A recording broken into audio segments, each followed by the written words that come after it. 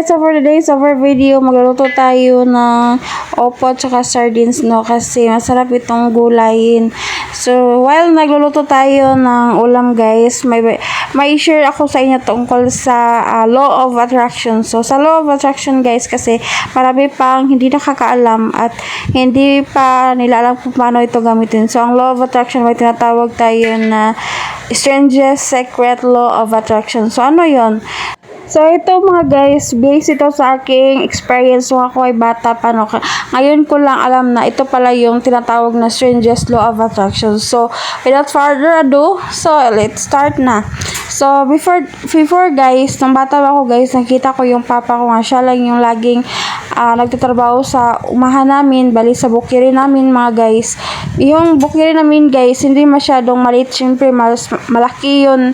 Hindi naman siya ganong kalakihan guys. Kaso lang, yung papa ko, nahirapan siya magtrabaho siya lang isa. So, nakita ko siya, guys. So, murang edad ko pa nun, guys. Alam ko na kung paano ko nakikita yung papa na nahirapan siya sa pagtatrabaho while yung kapitbahay namin, guys, na yung malalaking planters, guys, yung marami silang harvest at saka yung harvest nila na mais guys kinukuha ng tin-wheelers na truck guys. So yung papa ko guys, kami kung nag-harvest kami sa mais namin guys, kinukuha lang ng guys, ng kalabaw, kabayo, baka, so ganun lang. So while yung namin, yung kapitbahay namin na malaki yung planters, kinukuha yung malaking harvest nila ng truck guys. So ganun, so gusto ko yung papa ko ganun din.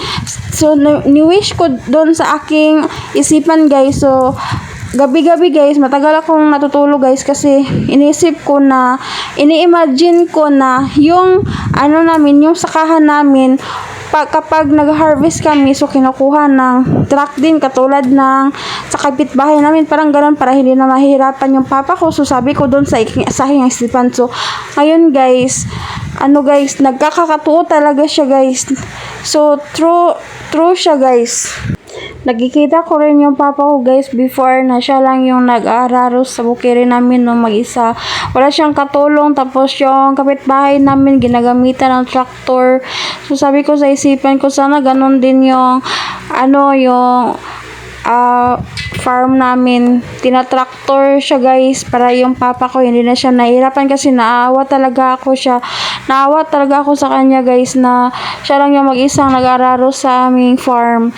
At saka guys, murang edad ko pa lang noon guys, sa grade 1 pa ako noon guys. So yun, gabi-gabi lagi kong iniisip na ganun. At saka so hindi lang matagal guys, no, nagkatotoo talaga yun guys.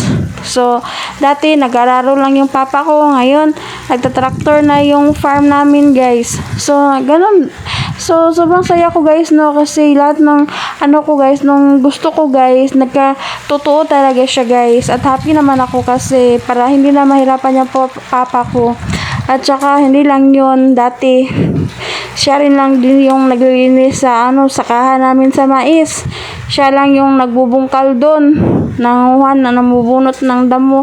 Tapos yung sa kapitbahay namin guys, nag-hire sila ng mga katulong doon para magbunot ng damo doon sa kanilang farm, sa kanilang maisan.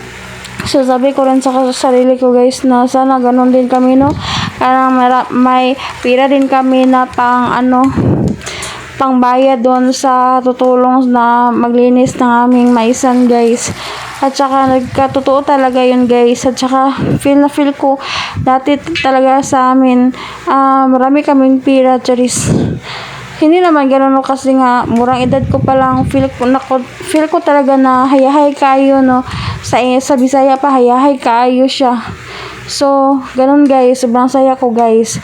At marami pa akong hiniling guys, no, para hindi na mahirapan yung papa ko, at nagkatotoo talaga. At ngayon gusto kong i-share sa inyo kasi alam ko yung iba hindi nila alam kung paano gamitin yung law of attraction. So ngayon ko rin din nalaman guys na yun pala yung tinatawag na strangest secret law of attraction guys.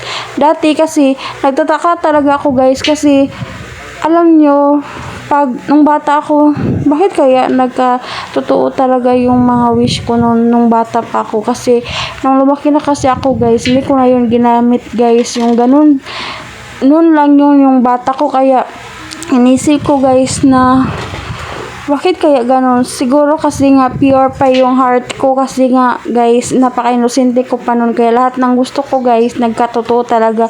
At saka happy ako guys, nung bata pa ako, kasi nga nakakain kami sa labas, charis.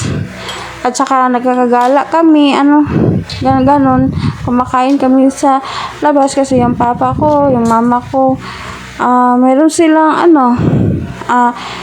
pera, ganun. So, ganun guys. So, lagi nyo lang isipin yung guys, yung gusto nyo guys. Yung laging sinasabi nila na meditation, journaling, ganun. Pero ako dati guys, hindi na ako nag-journal kasi nga bata pa ako. So, sinasabi ko lang sa aking isipan guys na sana ganun. Tapos, in-imagine ko at saka bakit ko gusto ng ganun. So, may rason. So, ano ba yung purpose mo? Bakit mo ganun?